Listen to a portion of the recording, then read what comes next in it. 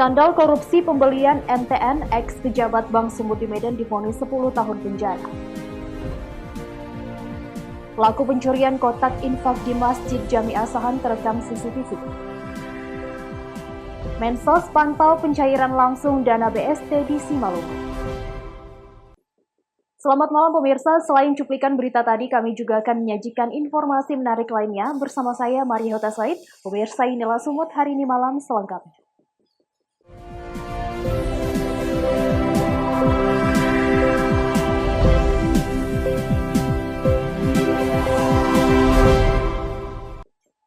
Kita ke informasi pertama, pemirsa. Dua terdakwa tindak pidana korupsi dan tindak pidana pencucian uang dalam kasus jual beli surat berharga PT SNP divonis masing-masing 10 tahun penjara oleh Majelis Hakim Pengadilan Negeri Medan. Atas perbuatannya, negara mengalami kerugian lebih dari 200 miliar rupiah.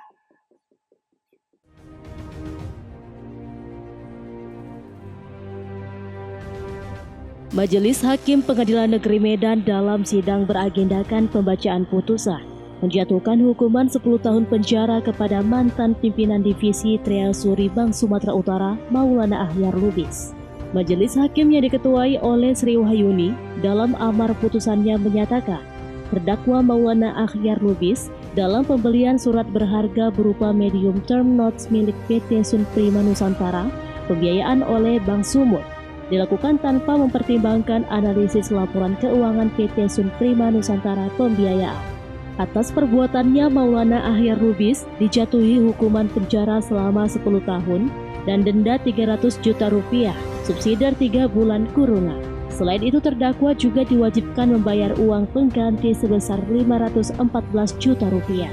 Dalam berkas terpisah, terdakwa Andri Infandi selaku Direktur Capital Market MNC Sekuritas yang merupakan perantara yang menyambungkan PT Sun Prima Nusantara Pembiayaan dengan Bank Sumatera Utara oleh Majelis Hakim dijatuhi hukuman 10 tahun penjara dan denda 300 juta rupiah, subsidi 3 bulan kurungan. Terdakwa juga diwajibkan untuk membayar uang pengganti sebesar 1 miliar rupiah. Kedua terdakwa terbukti secara bersama-sama melakukan tindak pidana korupsi yang dijerat dengan pasal 3 Undang-Undang Nomor 31 Tahun 1999 tentang Pemberantasan Tindak Pidana Korupsi, Jungto pasal 5 ayat 1 Undang-Undang Nomor 8 Tahun 2010 atau dakwaan subsidiar dengan pasal 3 Undang-Undang Nomor 8 Tahun 2010 tentang pencegahan dan pemberantasan tindak pidana pencucian uang. Menanggapi putusan hakim, kuasa hukum Maulana Akhyar Lubis menyatakan kekecewaan atas isi putusan tersebut dan masih akan mempertimbangkan dengan kliennya apakah akan mengajukan banding atau tidak. Adalah ditolak dan tidak dipertimbangkan sama sekali. Mungkin itu yang saya sampaikan. Pikirkan dalam waktu yang diberikan undang-undang itu 7 hari. Mudah-mudahan beliau yang memutuskan, nanti kami hanya kalau beliau bilang banding maka kami akan banding. Namun terhadap putusan ini kami sangat-sangat kecewa sekali. Seluruh putusan hakim jauh lebih rendah dari tuntutan jaksa penuntut umum, di mana dalam sidang tuntutan sebelumnya, jaksa menuntut kedua terdakwa dengan hukuman pidana penjara selama 19 tahun. Terkait hal tersebut, jaksa penuntut umum Robertson menyatakan masih memikirkan hasil putusan majelis hakim.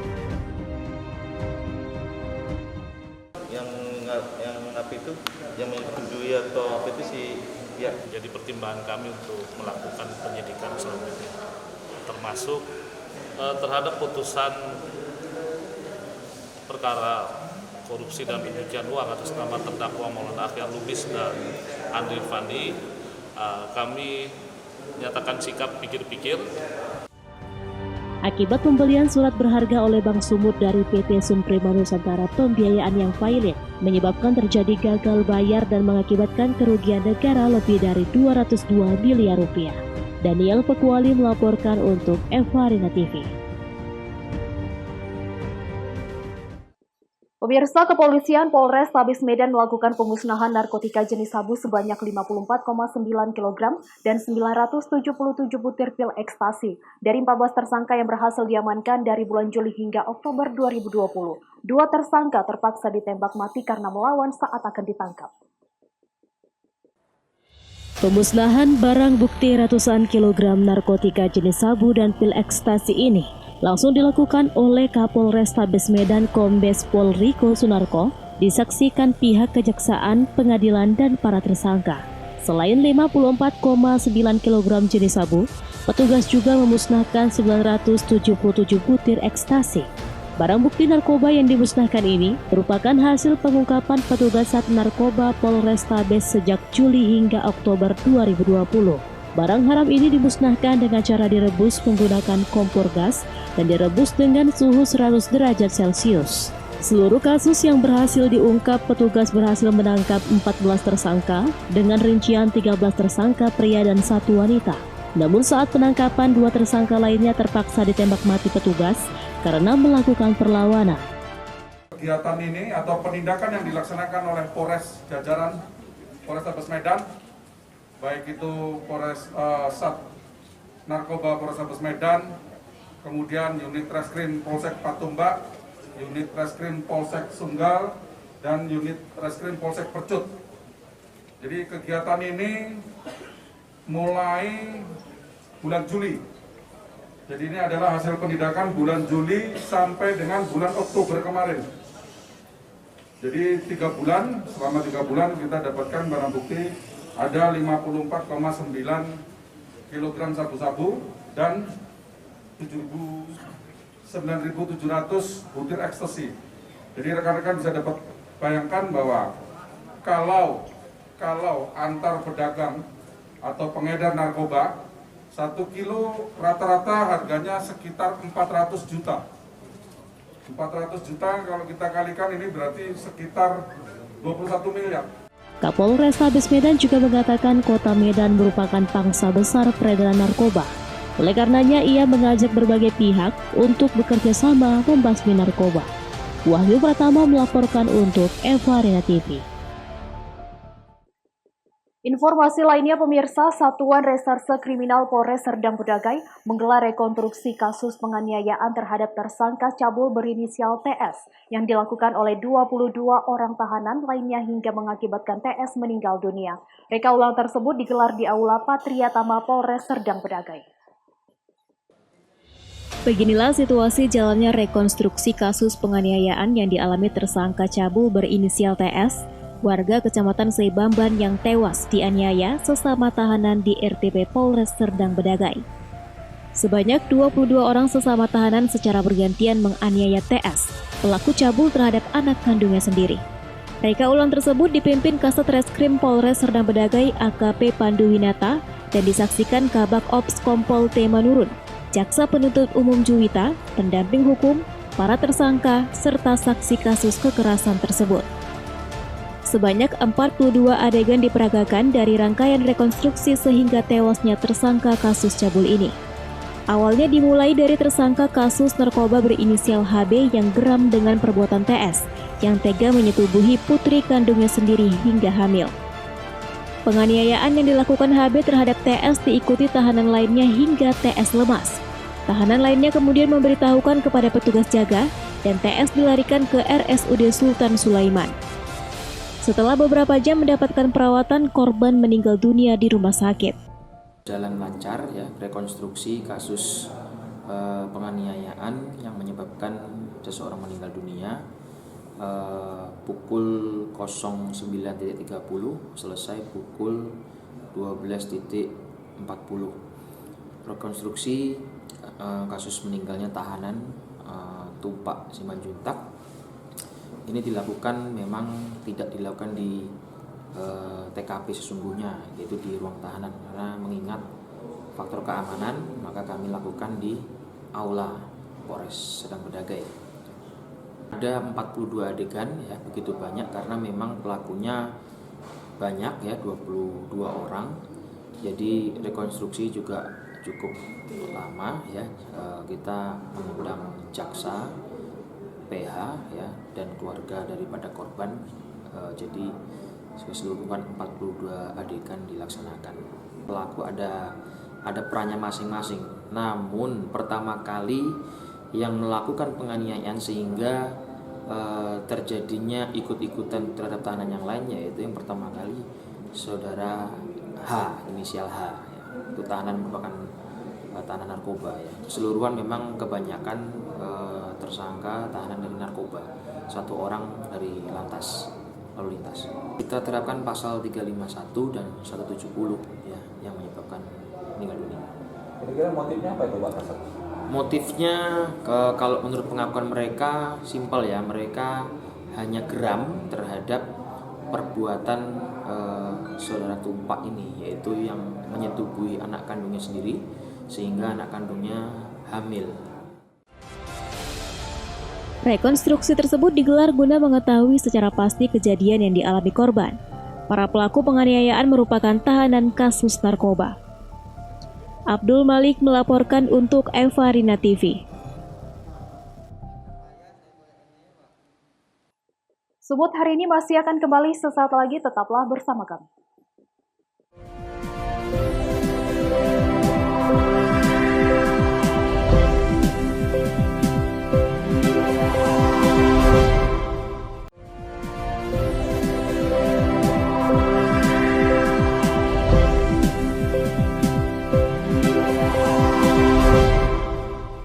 Terima kasih masih bersama kami. Pemirsa, pencurian kotak infak kembali terjadi di Masjid Jami, Kelurahan Bunut, Kisaran Asahan, Sumatera Utara.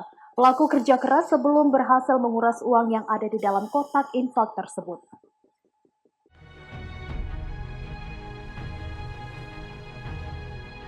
Inilah video yang berhasil terekam kamera pengawas CCTV saat pelaku yang menggunakan sepeda motor dengan nomor polisi BK 4548 AAN masuk ke dalam Masjid Jami, Kelurahan Bunut, Kisaran Asahan. Pelaku yang beraksi sendirian tersebut memakai masker sebelum beraksi dan memantau situasi di sekitar masjid. Kemudian pelaku masuk dan menyisir kotak infak yang ada di dalam ruangan. Meski gembok kotak infak susah dibuka, namun usaha pelaku tak suruh. Lubang kotak infak dirusak dengan tang dan obeng. Setelah berhasil, kemudian pelaku menguras seluruh isi uang yang ada di dalam kotak infak. Berapa kejadian kehilangan uang kotak infak itu? Oh, itu jam 8.50 dia masuk ke dalam masjid kan. Baru dia melakukan aksinya jam 9.00. Cara-cara dia merusak apa itu gimana Bang? Oh, dia bawa atas kan. Ada alat-alatnya, ada tang, alat uap. Satu kotak infak ini ya? Oh, pertama dia mau ngambil 2 karena nggak bisa kotak infaknya keras. Jadi ngambil 1 aja lah yang dia bisa. Diperiksa berapa kali Bang? Kalau ini udah sekian kali Bang, udah nggak terhitung lah Bang. Cuman baru kali ini kita nampak CCTV-nya, ada orangnya, gambarnya jelas. Pencurian kotak infak di Masjid Jami sudah berulang kali terjadi dan rencananya kasus pencurian tersebut akan dilaporkan ke pihak kepolisian. Wanda Pratama melaporkan untuk Evarina TV.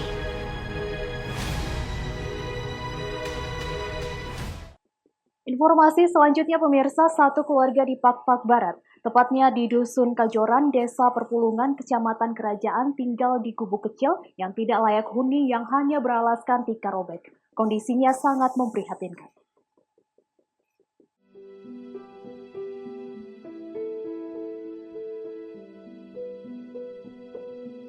Beginilah kondisi rumah seorang warga yang tinggal di Dusun Kajoran, Desa Perpulungan, Kecamatan Kerajaan, Kabupaten Pakpak Barat, Sumatera Utara. Kondisinya sangat memprihatinkan. Dinding papan berlubang hanya ditutupi kain robek.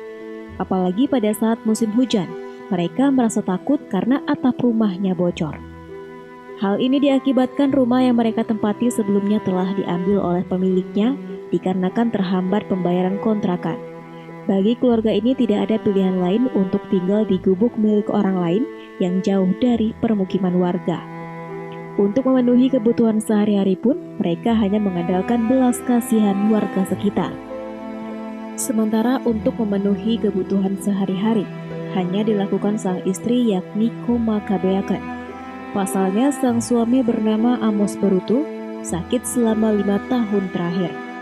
Sedangkan keempat anak mereka masih kecil dan harus hidup dengan kondisi susah saat ini. Koma Kabeaken berharap pemerintah dapat membantu mereka agar tinggal di tempat yang layak huni dan membawa suaminya ke puskesmas atau rumah sakit setempat. Selain itu, mereka juga meminta kepada Pemkab Pakpak Barat untuk tepat sasaran memberikan bantuan seperti keluarga mereka. Udah 6 tahun. 6 tahun, Bu ya. Dari pemerintah, apakah pernah dapat bantuan dari pemerintah atau dari dana desa atau dari kabupaten? Enggak ada pernah, Bu? Belum pernah. Belum pernah sama sekali selama 6 tahun ini, Bu ya. Terus suami Ibu sakit seperti ini udah berapa lama yang dialami Bapak ini? Udah 5 tahun. 5 tahun. Tapi sama sekali tidak pernah bantuan oleh pemerintah atau dinas kesehatan ya? Iya. Harapannya ke depannya apa nih, Bu? Harapan kami ke depannya semoga pemerintah bisa membantu kami untuk perobatan suami saya lah paling utama.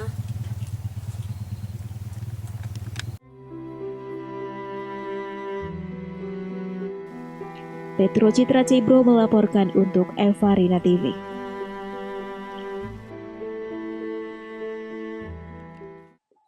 Pemirsa, 2 orang pelaku jambret babak belur dihajar warga di Jalan Seram Atas, Kelurahan Bantan, Kecamatan Siantar Barat. Kini kedua pelaku sudah diamankan ke Polres Pematang Siantar untuk diproses hukum.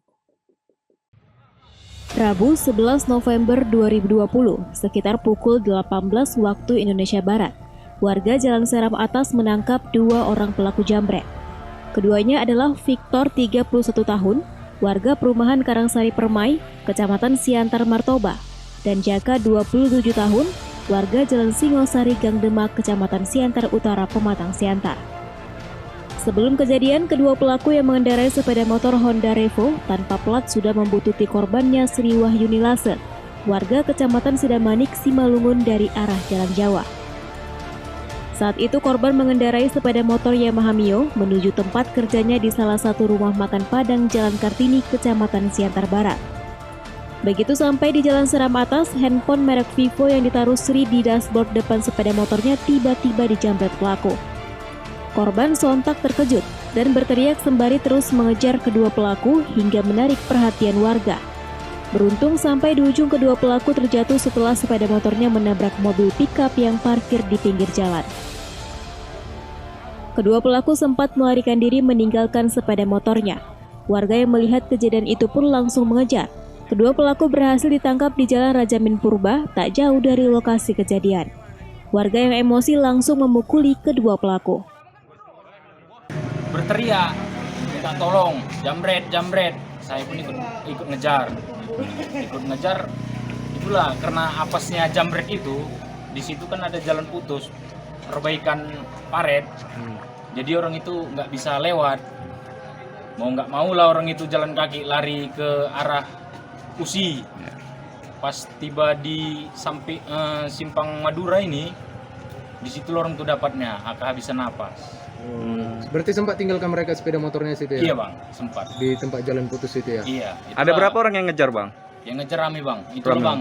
Aku ambil lah orang itu kan, jadi aku bawa lah kemari bang. Daripada sempat nanti lebih parah nanti ya? Iya bang. Jadi sempatlah kena bogem-bogem warga? Banyak bang, itu pun tadi aku mau begaduh sama aparat, sama tentara. Sampai ribut juga aku tadi, memang dipukulin tadi kawan itu pakai helm, jadi ya saya larang kan gitu. Jadi saya mau ribut sama dia kan gitu. Jadi abang lihat ya waktu kejaran bang ya? Iya. Pintas abang lihat ya? Iya. Berselang tak berapa lama, personel Satuan Reserse Kriminal Polres Pematang Siantar yang mendapat informasi kejadian langsung turun ke lokasi dan mengamankan kedua pelaku. Kini kedua pelaku sedang menjalani pemeriksaan lebih lanjut di Mapolres Pematang Siantar. Eko Hendriawan melaporkan untuk Eva Rina TV.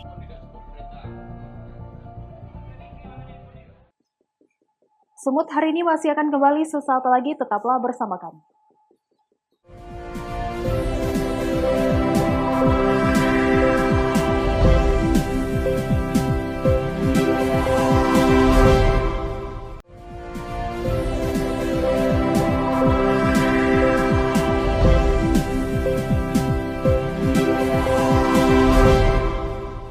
Terima kasih masih bersama kami. Pemirsa, Menteri Sosial Juliari Batubara melakukan kunjungan kerja ke Kabupaten Simalungun, Sumatera Utara guna meninjau langsung penyerahan bantuan sosial tunai. Kedatangan Mensos Juliari P. Batubara ke Kelurahan Perdagangan Kecamatan Bandar Kabupaten Simalungun ini guna memastikan bantuan sosial diterima dan dirasakan manfaatnya untuk masyarakat yang terdampak pandemi COVID-19 yang belum berakhir hingga saat ini.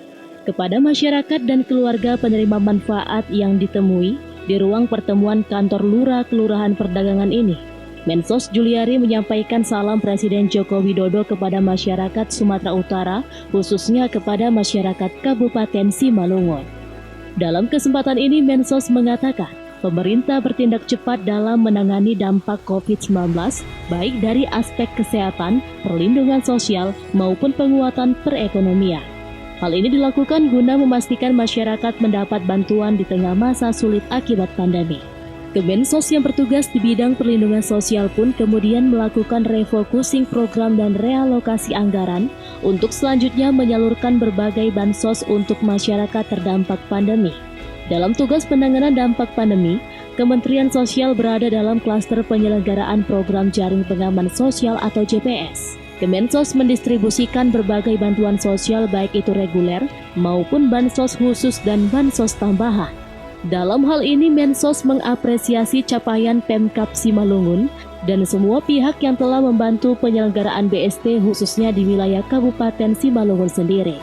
Provinsi Sumatera Utara mendapat bantuan sosial dari Kementerian Sosial Republik Indonesia berupa program sembako sejumlah 768.882 KPM dengan nilai lebih dari 1,6 triliun rupiah, BST dengan jumlah 558.759 KPM senilai lebih dari 2,2 triliun rupiah. Bantuan sosial tunai atau non-PKH sebanyak 16.385 KPM dengan nilai lebih dari 8,1 triliun rupiah.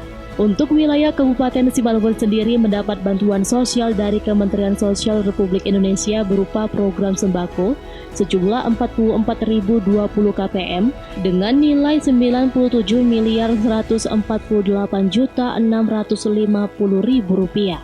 BST sejumlah 41.592 KPM dengan nilai 152.404.800.000 rupiah. Bantuan sosial yang diberikan oleh pemerintah kepada seluruh Indonesia, termasuk juga Simalungun, bagaimana, Pak? Mundur lagi satu langkah. Mundur. Langsung Pak Menteri. Mundur lagi satu langkah.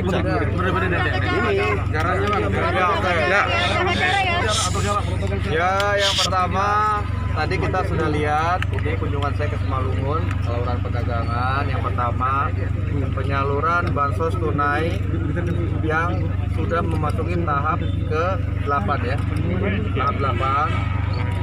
Satu tahap lagi bulan Desember, Kabupaten Simalungun mendapatkan alokasi bansos tunai sekitar 42.000 ya Pak Bupati ya. Usai melakukan penyerahan bansos tunai kepada warga Kelurahan Perdagangan, Mensos melanjutkan kegiatan dengan penyerahan bantuan kepada pemilik pesantren dan gereja senilai 1 miliar rupiah di kantor BPR Perdagangan. Ke tempat kita ini Pak Simalungun. Baik, kita mengapresiasi kedatangan Menteri ini karena kita yakin dengan kedatangan Pak Menteri ini maka bantuan-bantuan sosial itu bisa juga semakin terasa kepada masyarakat. Seperti kita ketahui, kita juga ada mengajukan lagi, beliau juga sudah menyetujui. Sampai sejauh ini penyaluran bantuan ke masyarakat sendiri bagaimana Pak? Apakah sudah 100%? Sudah berjalan dengan baik dan ini sudah ke-8, tadi sudah kita cek semua, jadi tidak ada hambatan dan tidak ada permasalahan. Ada himbauan kepada masyarakat Pak? Saya himbau kepada masyarakat, gunakanlah tepat pada sasaran bantuan-bantuan ini. Contohnya setelah dia diterima, jangan dibelikan tempat-tempat yang lain, tapi gunakanlah keperluan-keperluan yang perlunya. Oke Pak, makasih Pak. Ebit Masder melaporkan untuk Evarina TV. Pemirsa, warga Desa Suma, Pulau Makian menjadikan kenari sebagai komoditas unggulan dengan menerapkan konsep berbagi rezeki antar sesama anggota masyarakat. Selamat datang di Desa Suma, Pulau Makian, Kabupaten Halmahera Selatan, Maluku Utara. Jika Pulau Banda di Maluku Tengah dikenal sebagai penghasil pala, maka Pulau Makian ini adalah surganya buah kenari. Buah kenari di Pulau Makian dikenal memiliki ukuran 3 hingga 4 kali lebih besar dari lazimnya. Warga Desa Suma terbiasa membuat halua. Hasil olahan kenari berpadu gula aren yang memiliki cita rasa lezat saat dihidangkan dalam keadaan hangat. Warga Desa Suma menjual kenari olahan kering dan mentah ke Pulau Ternate dan Tidore dengan kisaran harga Rp60.000 per kilogram. Uniknya, ada kesepakatan tak tertulis yang berlaku di Desa Suma, bahwa siapapun berhak mengambil buah kenari yang telah jatuh ke tanah, termasuk di luar wilayah kebun pribadi. Aturan ini memberikan kesempatan bagi anggota masyarakat yang tidak memiliki kebun untuk ikut merasakan hasil dari olahan buah kenari. Ketika bagaimana ibu-ibu janda yang tidak punya apa-apa bisa diperdayakan, maka semacam ada bentuk sebuah kebebasan begitu. Bagaimana ibu-ibu janda bisa mendapat penghasilan itu, yang punya harta tidak memiliki itu, membatasi itu. Karena ada kebebasan itu, yang penting jam panjat di pohon. Satu pagi hari itu, ibu itu dia bisa menghasilkan itu 100.000. Satu saloi itu bisa menghasilkan 10 cupa. Nah, kalau 10 cupa itu berarti ibu janda itu sudah tahu bahwa dia punya pendapatan kurang lebih berapa jam dia ke belakang dan kemudian itu dia menghasilkan kurang lebih sudah 100.000. Desa Suma, Pulau Makian menjadi salah satu titik kunjungan ekspedisi Maluku Yayasan Ekonusa yang bekerja sama dengan Walhi Maluku Utara dan Perkumpulan Pakativa. Ekspedisi ini bertujuan mendokumentasikan keseharian masyarakat Maluku dan Maluku Utara dalam mengelola sumber daya alam, utamanya hutan dan laut. Dari Maluku Utara, Adnananda, Kantor Berita Antara, mewartakan. Pemirsa, demikianlah rangkaian informasi dalam Sumut hari ini malam. Saya Maria Huta Soid mewakili kerabat kerja yang bertugas pamit undur diri. Terima kasih atas kebersamaan Anda dan sampai jumpa.